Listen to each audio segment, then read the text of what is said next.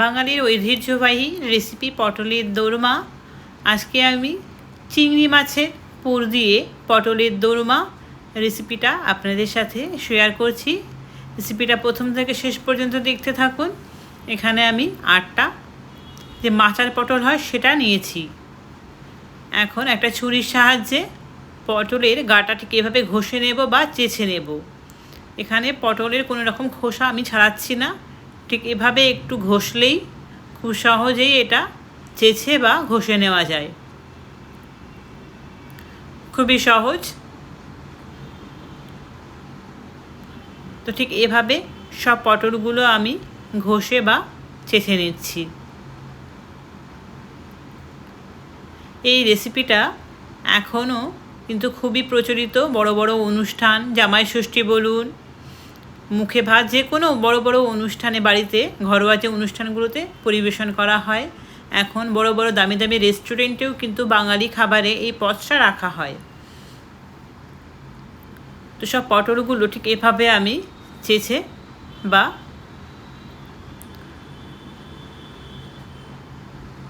ঘষে নিয়েছি। এখন পটলের মুখগুলো ঠিক এভাবে কেটে দেব। মুখগুলো একটু বেশি করে কেটে দেব।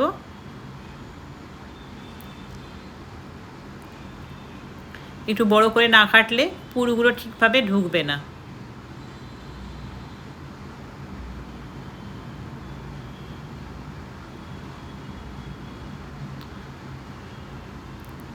এখন একটা স্পুনের পেছন দিকটা দিয়ে ঠিক এভাবে পটলের মধ্যে যে শাঁসালো দানার অংশগুলো সেগুলো সব এভাবে বার করে নিতে হবে। এবং যে শাঁসের এবং দানার অংশগুলো এগুলো কিন্তু ফেলবো না, কারণ এগুলো চিংড়ি মাছের পুরের সঙ্গে এগুলো লাগবে। এগুলো পেস্ট করে নেব। তো সব পটলগুলো এভাবে ভিতর থেকে শাঁসালো অংশ, দানার অংশগুলো বার করে নিচ্ছি। দানাগুলো খুব মোটা হয়ে গেলে দানাগুলো ফেলে দিতে হবে, আর কচি দানা থাকলে সেগুলো পেস্ট হয়ে যাবে। তো ব্লেন্ডারে জাগিয়ে নিয়ে নিচ্ছি এখানে চিংড়ি মাছ। আমি এখানে 250 গ্রাম চিংড়ি মাছ নিয়েছি, খোসাগুলো একদম ছাড়িয়ে নিয়েছি। আর দিচ্ছি পটলের মধ্যে যে শাঁসালো অংশ সেটা দিয়ে দিচ্ছি।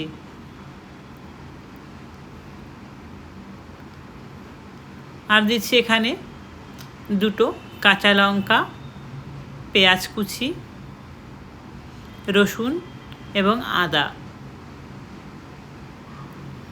এগুলো দিয়ে খুব ভালো করে পেস্ট করে নেব। আর দিচ্ছি সামান্য একটু পানি আর অল্প লবণ দিয়ে নেব।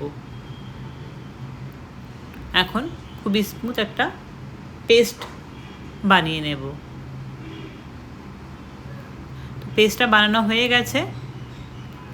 এখন কড়াইতে সর্ষের তেল দিয়েছি, দিয়ে যে পেস্টটা বানিয়েছিলাম সেটা অ্যাড করে দিলাম। আর তেলের মধ্যে দিয়ে দিলাম হলুদ গুঁড়ো। খুব ভালো করে এখন হাই হিটে এটা পুরটা বানিয়ে নেব। যেহেতু চিংড়ি মাছ আছে, তেলে দেওয়ার সঙ্গে সঙ্গে এটা একটা শক্ত ভাব চলে আসবে, প্রচুর পানি বেরোচ্ছে। আর দিয়ে দিলাম এখানে গরম মশলা।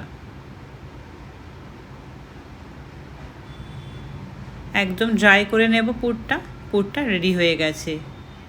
এখন তেল দিয়ে দিচ্ছি। তেলটা গরম হয়ে গেছে। আর রান্নাটা অবশ্যই সর্ষের তেলে করতে হবে, তাহলে টেস্টটা ঠিকঠাক আসবে। এখন এই পটলগুলো তেলে সামান্য একটু গড়িয়ে নেব।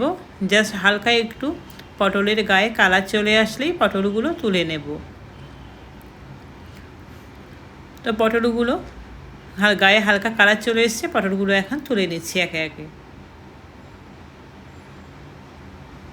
এখন পটলের মধ্যে আমি পুরটা কীভাবে ভরতে হয় সেটা দেখিয়ে দিচ্ছি। পুরটা বেশ ঠান্ডা হয়ে গেছে, তো আমি ঠিক এভাবে পুরটা ভরে দিচ্ছি। এবং ঠিক এভাবে আঙুল দিয়ে একটু চেপে চেপে ভরতে হবে, নয়তো কিন্তু ভিতরে ফাঁকা থেকে যাবে। তো আঙুল দিয়ে দিয়ে এভাবে ঠেলে দিয়ে দিয়ে চেপে চেপে দিতে হবে, একদম পটলটা সলিড হয়ে যাবে। আর পটলের ওজনটা বেশ ভালোই মনে হবে।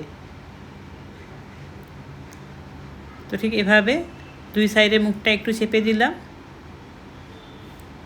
ঠিক এভাবে সব পটলগুলো আমি একে একে পুরো ভরে নিচ্ছি।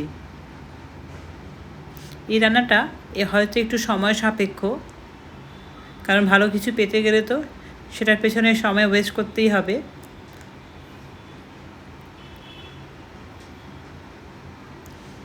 তো ঠিক এভাবে সব পটলে আমি পুরগুলো ভরে নিলাম। এখন যাব রান্না করতে। তো আবারও কিছুটা সর্ষের তেল অ্যাড করলাম। তেলটা গরম হয়ে গেলে দিয়ে দিচ্ছি এলাচ, লবঙ্গ, দারচিনি, আর দিলাম গোটা কিছুটা কালো গোলমরিচ, দুটো শুকনো লঙ্কা, একটা তেজপাতা। খুব ভালো করে এখন এটা তেলের সঙ্গে ভেজে নিলাম। আর দিলাম গোটা জিরে দিয়ে ফোড়নটা কমপ্লিট হয়ে গেছে। এখন বড় সাইজের একটা পেঁয়াজ বাটা ব্যবহার করছি। অবশ্যই পেঁয়াজটা বেটে ব্যবহার করতে হবে।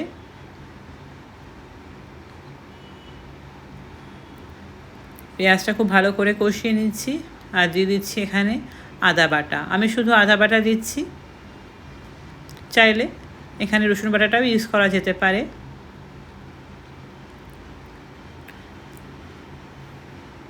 এখন দিয়ে দেবো গুঁড়ো মশলা।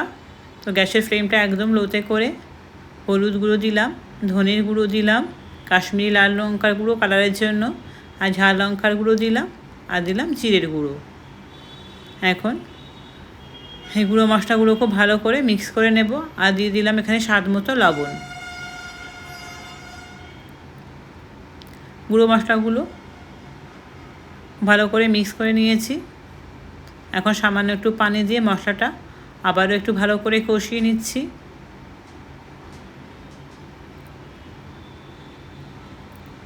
এখন অ্যাড করব একটা বড় সাইজের টমেটো বাটা, শুধুমাত্র টমেটোটা খুব ভালো করে কষিয়ে নেব, যেন টমেটোর কোনো কাঁচা গন্ধ না থাকে। কাঁচা গন্ধ থাকলে কিন্তু টেস্টটা ভালো আসবে না। ঢাকনা দিয়ে ঢেকে কিছুক্ষণ কষিয়ে নিয়েছি। আবারও খুব ভালো করে নেড়ে চেড়ে কষিয়ে নিচ্ছি। এই কষানোটা কিন্তু খুব পারফেক্ট হতে হবে, নইলে দোরমার টেস্টটা ঠিকঠাক আসবে না। এখন দিয়ে দিচ্ছি এখানে 4 টেবিল চামচের মতো ফেটানো টক দই। আর টক দইটা দেওয়ার সময় আমি গ্যাসের ফ্লেমটা একদম সিমে করে দিয়েছিলাম। এখনও গ্যাসের ফ্লেমটা একদম সিমে করা আছে। খুব ভালো করে টক দইটা মশলার সঙ্গে আমি মিক্স করে নিলাম।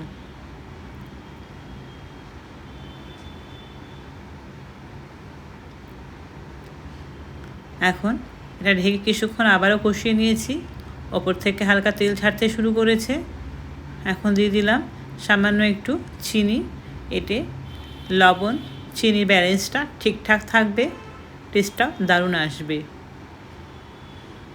তো খুব ভালো করে এটা এখন কষিয়ে নিচ্ছি। কষানো অলমোস্ট রেডি। এখন দিয়ে দিচ্ছি এখানে গ্রেভির জন্য পানি। এখানে আমি 2 কাপ পানি ব্যবহার করছি, যেহেতু এটা সেমি গ্রেভি হয়। তো ঝোলটা ফুটতে শুরু করেছে। এখন পুর ভরা যে পটলগুলো সেগুলো দিয়ে দিচ্ছি। দিয়ে এটা একটু হালকা হাতে নেড়ে চেড়ে নিলাম। আবার ঢাকনা দিয়ে ঢেকে মিডিয়াম ফ্লেমে রান্না করলাম। তো তৈরি হয়ে গেছে পটলের দোরমা। ওপর থেকে দিয়ে দিচ্ছি গরম মশলার গুঁড়ো, দিয়ে খুব নেড়ে চেড়ে নিলাম। খুব গরম পড়ছে বলে আমি আর ঘিটা অ্যাড করলাম না। এই সময় ঘিটা অ্যাড করা যেতে পারে। তো তৈরি হয়ে গেছে পটলের দোরমা। এখন ঢাকনা দিয়ে ঢেকে গ্যাসের ফ্লেমটা অফ করে 5 মিনিট পর আমি পরিবেশন করে দেখাচ্ছি। এরকম যদি পটলের দোরমা থাকে তো দুপুরটা কিন্তু একদম জমে যাবে। তাহলে আপনারাও ট্রাই করুন, আশা করি ভালো লাগবে। ওকে, বাই।